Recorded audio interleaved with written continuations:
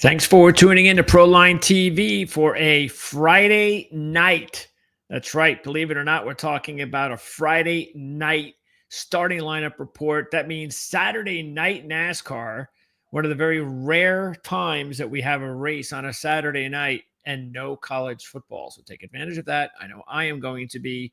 Atlanta is the place. They have just concluded the qualifying run at Atlanta. No practice. We mentioned that before earlier in the week. Links in the description of the on-demand video. So check that out. We have links and it shows you where to go as far as the shows we do early in the week.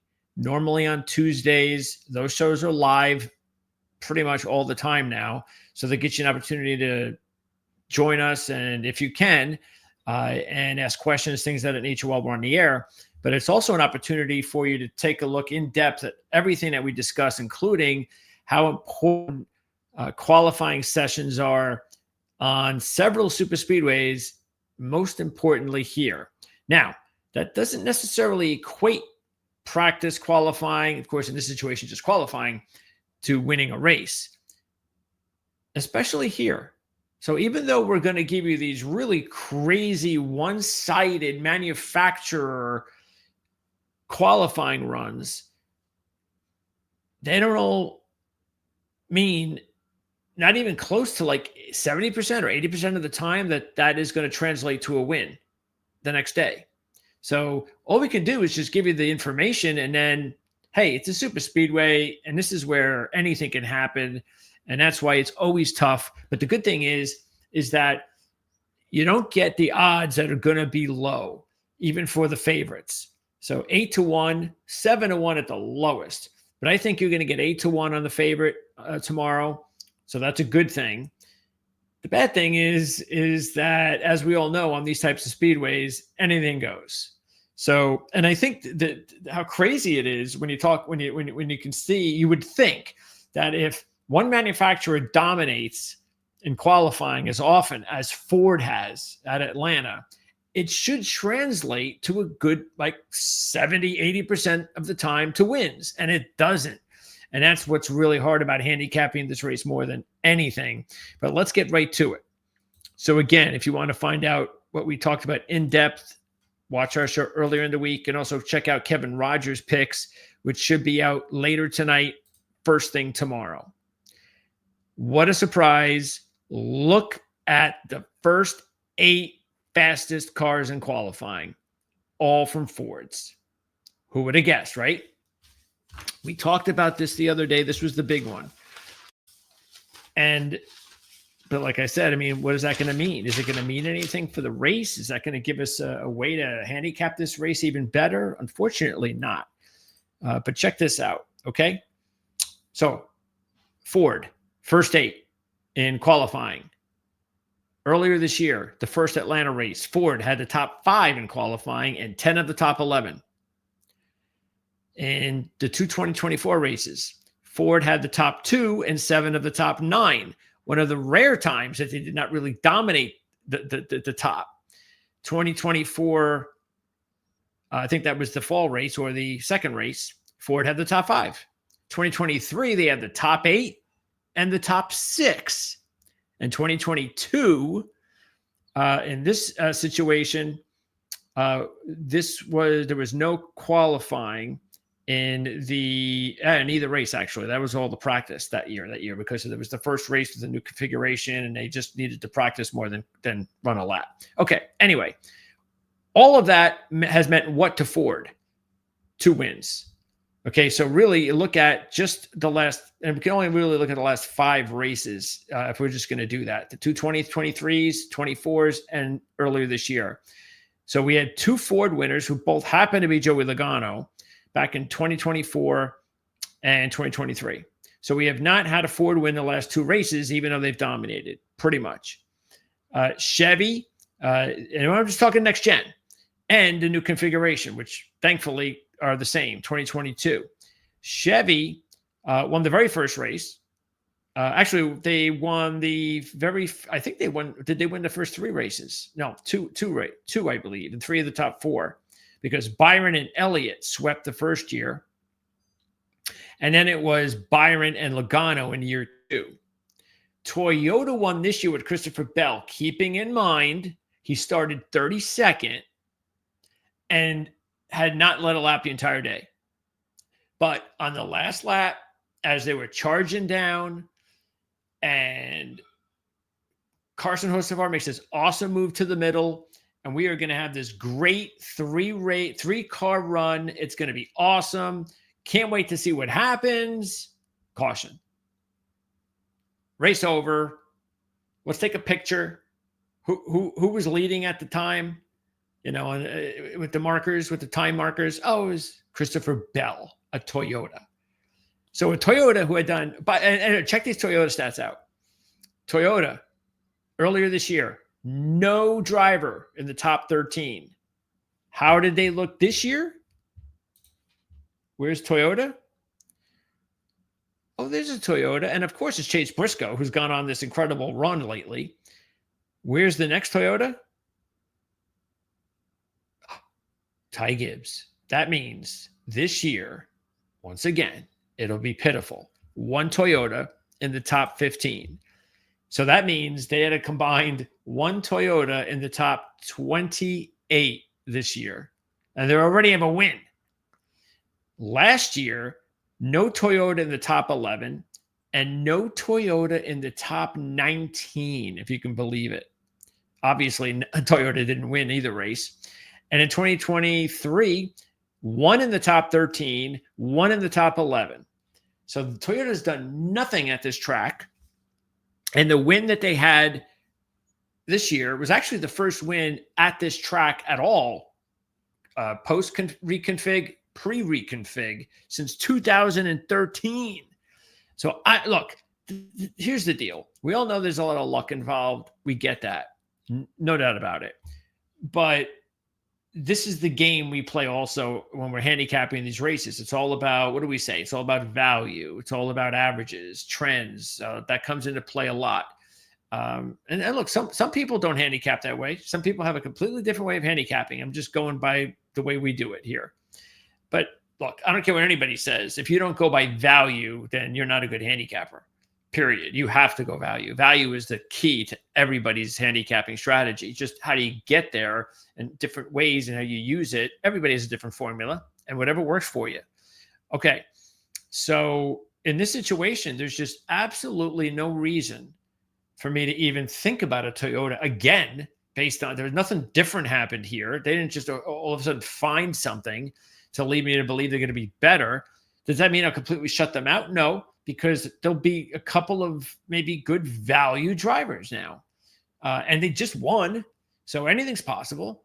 So I think we'll look at it that way. Let's go ahead. And by the way, here's the rest of the run through. Let's see. Byron, again, a little bit disappointing. He's 18th. We know how good he can be here. He's actually been one of the best draft racers, one of the best super speedway racers in in the last several years. Boy, look at that. Reddick and Bubba together. Very disappointing. Bell, almost where he was to begin the year at 28. Kyle, disappointing 29th. Hocevar, disappointing 30th. Same thing maybe for McDowell, Denny Hamlin, Ross Chastain. I was very disappointed in Ricky Stenhouse. So there are some that definitely are a little bit disappointing, but for the most part, you just have got to look first and foremost at a Ford. And another reason to look at a Ford is because they didn't win this year. So they've been so good here that you would think the law of averages has to tell you that, well, they've got to, we know luck plays a big part of these races, but at some point, Ford has got to win some more races here. Just so next gen, again, we have 4 Chevy wins, 2 Ford wins, and a Toyota. So Chevy's leading, and Ford is going out one more win than Toyota. I think that has to change. I think it's time for Ford to get back into the winner's circle at Atlanta. I think that's the way I would advise you to go. So let's try to see if we get value here. Because when we started the week, look, Ryan Blaney is really at the top when you're talking about these super speedways. He's number one. Who's behind him overall? I think there's definitely a mix. You probably have to say Logano, and uh, normally I would have put Hamlin there, but because he's so bad here, that's a problem. So I wouldn't put him there. I probably put Byron, tell you the truth.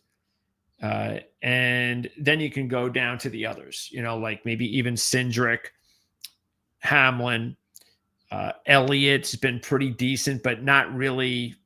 I mean, really, Elliott's only been good here, to tell you the truth. He has not been as good as especially since Byron's been really good, winning races at Daytona 500s, that you would think that Elliott would be, but he's just been okay. Kyle's been okay. He's good, but Kyle doesn't have as many wins as you think he would have, because he has raced a major ton of races at Daytona, Talladega, and now Atlanta.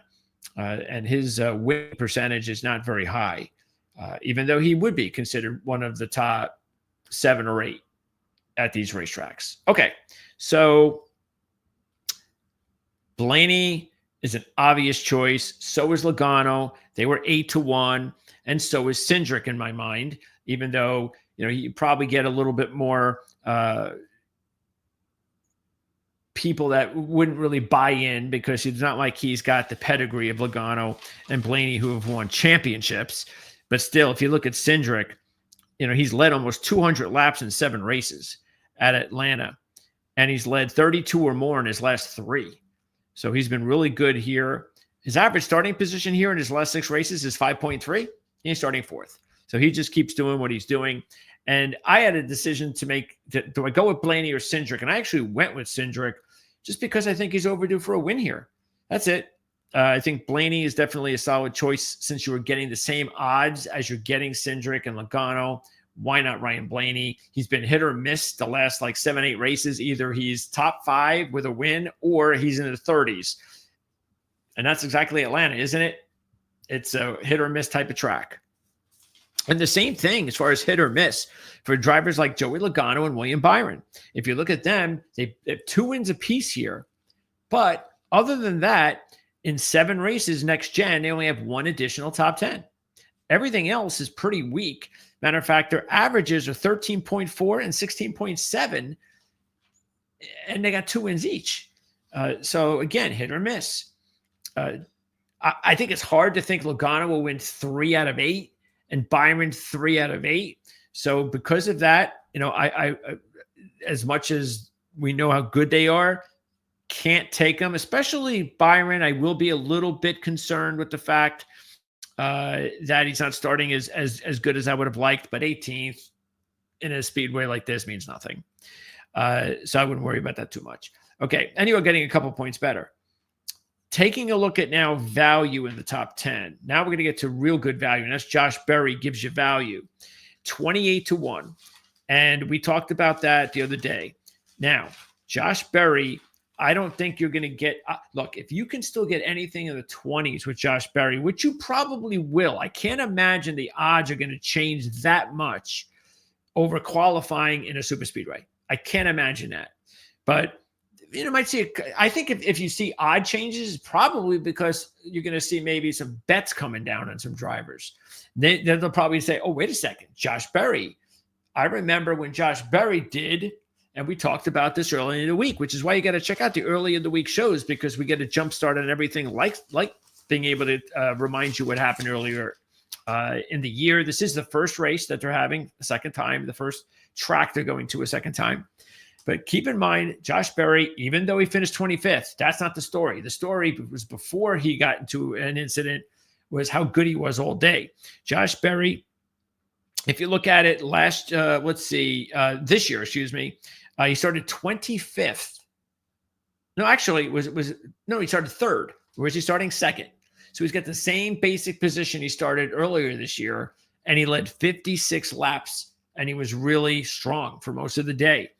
Ended up 25th because he got into an incident, and he hasn't had a top 10 since his win. Can he win twice in the same year? Yeah, as long as it's done on a track like this, because these are all luck races, which is the reason why I took Cindric. I think that's definitely possible. And also, Josh Berry, get this. Josh Berry's last 4 starting positions at Atlanta 21st, 14th, 4th, 3rd, 2nd.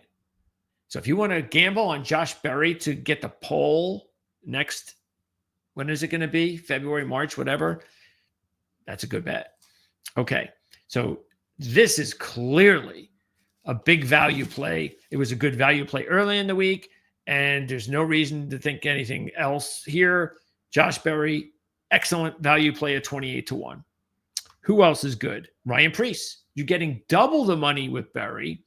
And I think this was important. Okay. Berry, we already knew he can qualify well and all that. So that wasn't going to change your mind. But I actually think this was important to see how Preece was going to go here in qualifying.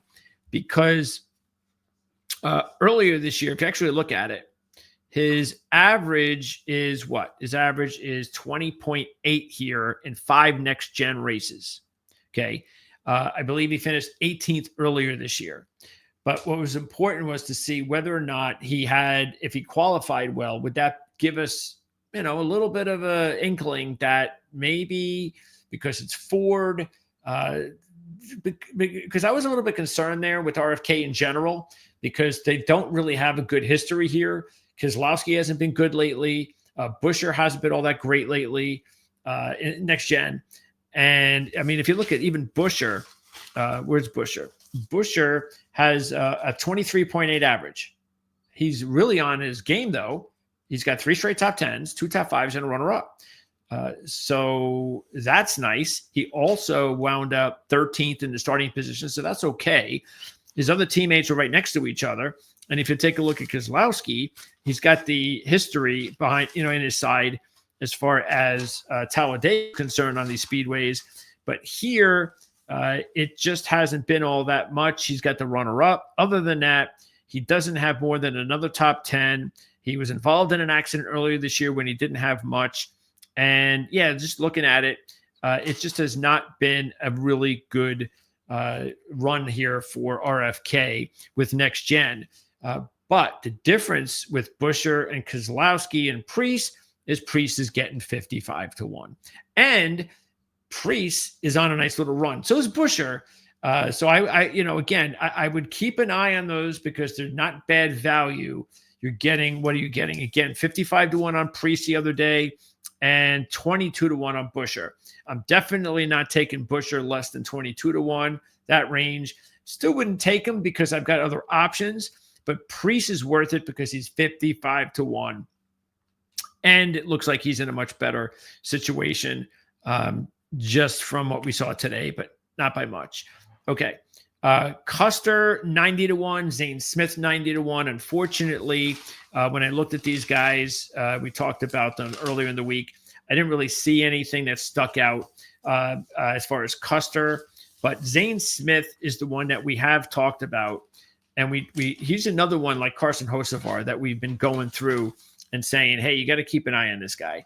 And that's early in the week because he's somebody that is starting to prove himself that he hasn't been getting like a runner-up like Hocevar, or hasn't been like leading laps like Hocevar. He's not like that, which is why his odds are still where Hocevar's used to be. But he's doing a lot better than people have been giving him credit for. He was 11th earlier this year. And if you look at it, he was actually improved all 3. And he started 7th. Earlier this year, he starts 8th. So he's really in the same spot he was. It's a luck race, and you're talking about a Ford. So, and Custer, see, the thing with Custer is it's one of those situations where if he wins the race, then we'll go, wow, did I miss something? And then we'll take a look at it and we'll go, well, he's been in 4 cup races at Next Gen. He's been involved with 3 incidents.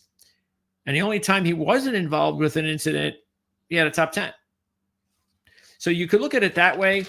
And I'm not going to tell you not to bet a 90-1 shot, but probably not the way I would go, even though I did make a prediction earlier this year when I was with CJ and we went over our predictions. And one of them was give us one of these obscure drivers that no one would think would win a race. And who do you think that would be? And Custer was my guy. So I guess if he's going to win a race, this could be it. And I would just put a buck on him in case he wins. But I think Zane Smith is a better option at 90-1. I think Priest is a better option at 55-1. I also think Todd Gilliland's a better option. He's down here at 17-1 because Gilliland led some laps earlier this year.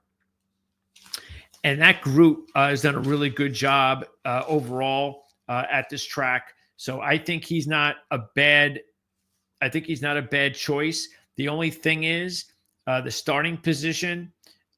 He's had better starting positions here. Matter of fact, 5.2 starting position in his last 4. So here he's got to start 17th. But look, you're getting a nice number at 45-1. So I still think he's not a bad play as well. Matter of fact, he's the one I'm going to draw a line through, that I wouldn't really go past Gilliland when it comes to any long shots. Because to tell you the truth, who's past, as far as Fords, because I don't even know how many Fords are past Gilliland. Let's see. Oh, LaJoy, Gregson, and then a couple of so there's not many past him anyway. That's not a big major prediction there.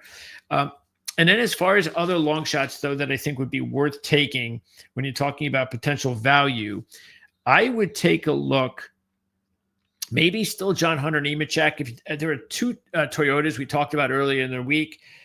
John Hunter is CJ's top long shot at 70-1, so you're still going to get a big number on him at 19th starting position because John Hunter is really starting to put together a nice season, surprising a lot of people with the way things have gone. And yet, here's a guy that actually we were surprised when he didn't perform better a couple of years ago. He's now getting a second chance, and he's starting to live up to that.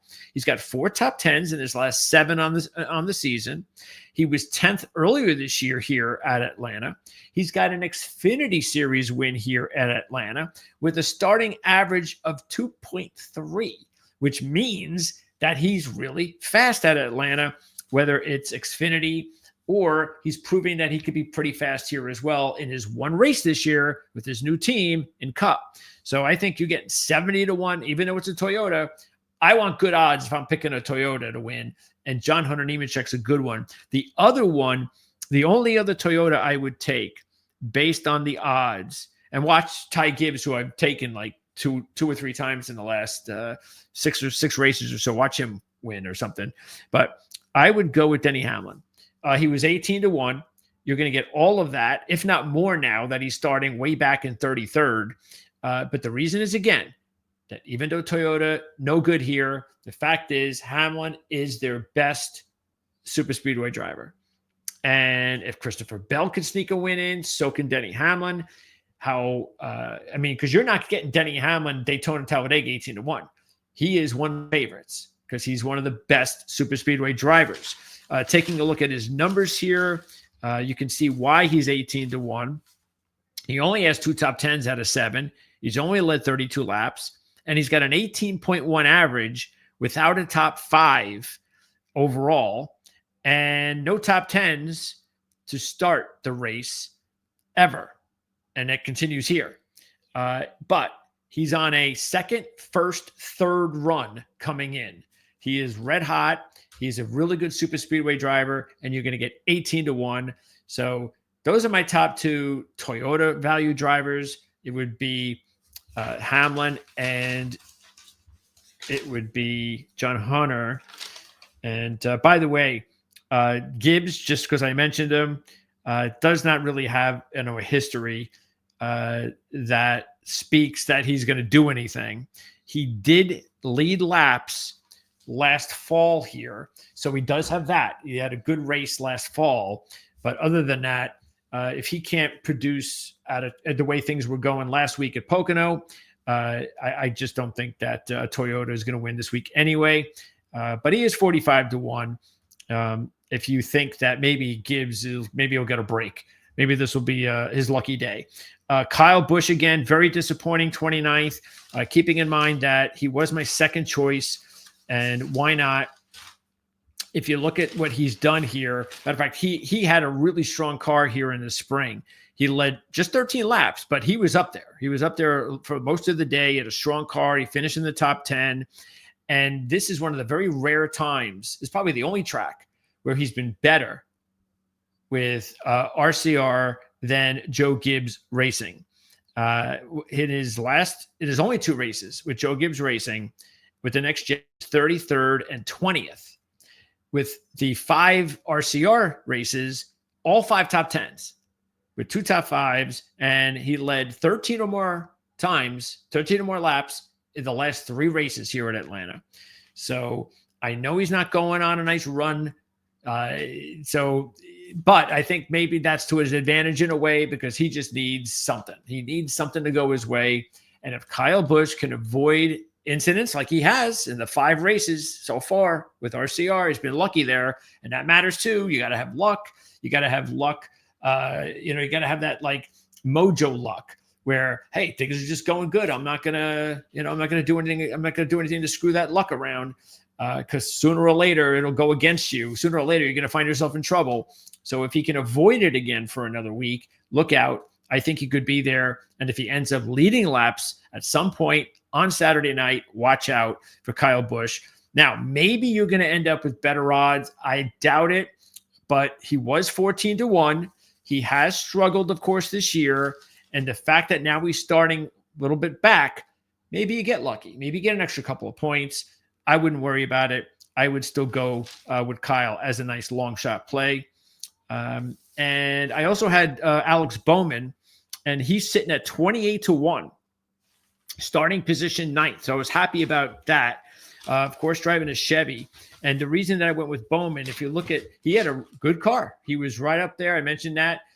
He was up there with Gilliland, mid-second stage. Him and Gilliland were right there 1-2. And those are my two of my picks earlier this year at Atlanta. So I'm going back with Bowman again. He was pretty good until he got into an incident in late in the race last, in the spring. He hasn't led a lot of laps here or anything like that. But then again, when Bowman lead a lot of laps anywhere, but he's gotten his stride back a little bit. 4th and 11th, his last 2 weeks. That's important. But again, very good here earlier this year. And he was 5th last year coming in here. So his last 2 races have been 2 of his best races out of Atlanta. And I think with the odds being the way that they are, and with him finally starting to get his groove going again, I think this is a good time to go with Bowman. As far as Hocevar, which is CJ's second choice, very disappointing qualifying run, as you can see.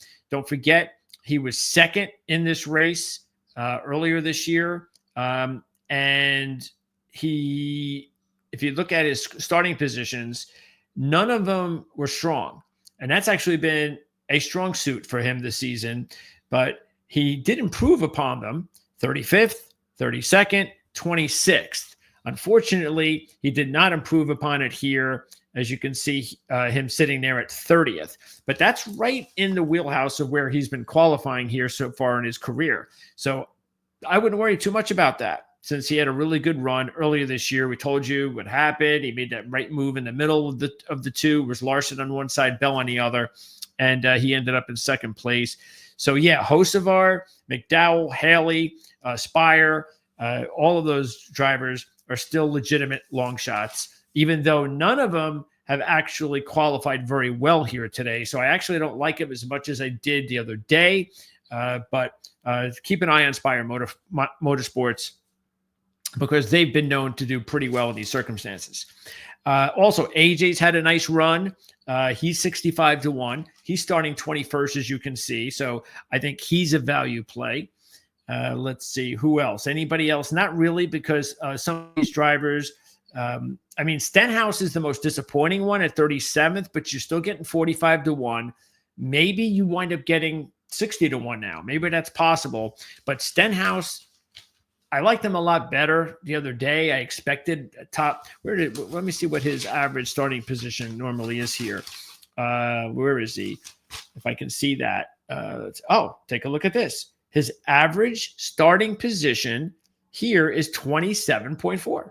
So this is not a big deal with Stenhouse starting this far back. If you would have liked it 27th instead of 37th, of course. But he does have 3 top 10s out of 7 races. He was, 5th earlier this year, had a solid run. And in his last 4, he has 3 top 10s and the 1 top 5, all top 15s. So I think Stenhouse even though he's all the way back, pretty bad, 37th, still not a totally crazy idea to take him in this role. And if he's going to win a race, he might have to win a race like this to get to the playoffs. Okay. Other than that, I mean, the Larson, is he going to break through and finally win one of these things? He's 15-1, so at least you're getting a decent number. I do think that if you're one of these people who are like, anytime I can get Kyle Larson with a big number, I have to take advantage of that, then I'm okay with that for the first time. Other than that, there's never been a good time to take Kyle Larson on super speedways. He was always you're never getting good value with him. I don't really think you're getting good value still, just because he finally put together a good run earlier this year. One good run, that doesn't change everything, especially when he wrecks Austin Cindric, who have wrecked his teammate, William Byron. And he just is having a problem. He doesn't look comfortable when he's in the lead in these situations. He doesn't block very smoothly. This is, again, why you can just tell when you're watching him out there that he's just not comfortable. And that doesn't mean that he's an awful driver. We know that. But it just means he's just not really good in super speedways. That's really what it means. And I'm sorry, but I think I want more than 15-1 if I'm going to be taking Kyle Larson. Christopher Bell, by the way, is also getting 15-1. And Reddick's getting 22-1, but he's in a really bad slump right now. Chastain's getting 20-1. Let's see. And I think that's about it. Again, Byron is probably one of the ones right there in the middle at 18th, getting 10-1 that I'm just not comfortable taking. Even Logano, who's on the pole, because I think it's going to be real hard, as I said before, to win 3 times in 8 races at a super speedway. Boy, that would be something if you could pull that off. And I think I want more than 8 or 10-1 odds, because I think the odds are against them actually doing that. That's why I want more than 8 or 10-1, because I got other options like Ryan Blaney and Cindric in that same odds zone. Okay, so that's going to wrap it up. Let us know what you think, who you like, and if you have any other thoughts regarding qualifying related to the race. If you have any ideas regarding the race, the differences between Atlanta, Daytona, Talladega, of how you're going about handicapping the race. And we'll see you again next week. Next couple of weeks, things are going to be a little bit more crazy. Street course. So the SVG fans are going to be out in full force with the Chicago street race, followed by Sonoma. So that's coming into play. So for anybody that's not the biggest road course, street course fans, they do get Atlanta Super Speedway Saturday night. Let's hope the weather is okay, because thunderstorms are always going to pop up everywhere at this time of year, especially in the South. So we're going to keep our fingers crossed. There's 2 things we don't want. 1, we don't want it to rain, so we lose our Saturday night race and we have to go back to a Sunday. And 2, and most importantly, no caution on the last lap. We can avoid that more than anything. I think it's a win. So thanks for tuning in. Subscribe. We really appreciate it. Appreciate if you could do that. If you're prone to coming back here and checking out our reports each week, please subscribe to the channel. That's the best way to support the channel, so we can keep doing this and providing this type of content for you for absolutely free.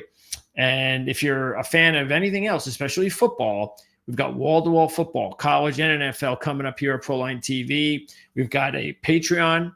We have a YouTube membership.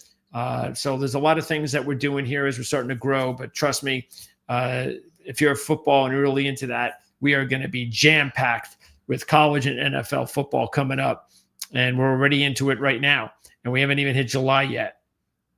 But we're still in the middle of the season for NASCAR, F1 as well. There's an F1 race this week. So if you want to find out about that, we're pretty much in a situation now where we're talking F1 at the end of all of our NASCAR shows whenever there is an F1 race. So, and you can also just check the markers out in the bottom of the screen. You can just go ahead and find out where that is if you're an F1 guy, and just locate that, and boom, We usually talk about 10 minutes or so about F1. You can also check the links in the description because, of course, CJ's got his DFS fantasy report at rotowire.com for for F1 and for NASCAR. So that's in the I keep saying on demand because I'm so used to doing live shows now, but this is on demand right off the bat. So check that out, and also look out for Kevin Rogers because he's going to put his picks out, and they'll either be available tonight and or tomorrow, either through a regular 5 or 6 minute video and or a short. So we hope you appreciate all that. That gives us a Tuesday show, a qualifying and practice report normally, and then our F1 coverage, as well as Kevin's picks and his analysis, which includes, by the way, a prediction on driver versus driver. So Kevin is not only going to give his pick, his one driver pick of the week, but he's also going to give you the best driver versus driver matchup each week. So that's going to wrap it up. Thanks for tuning in, and we will see you next time.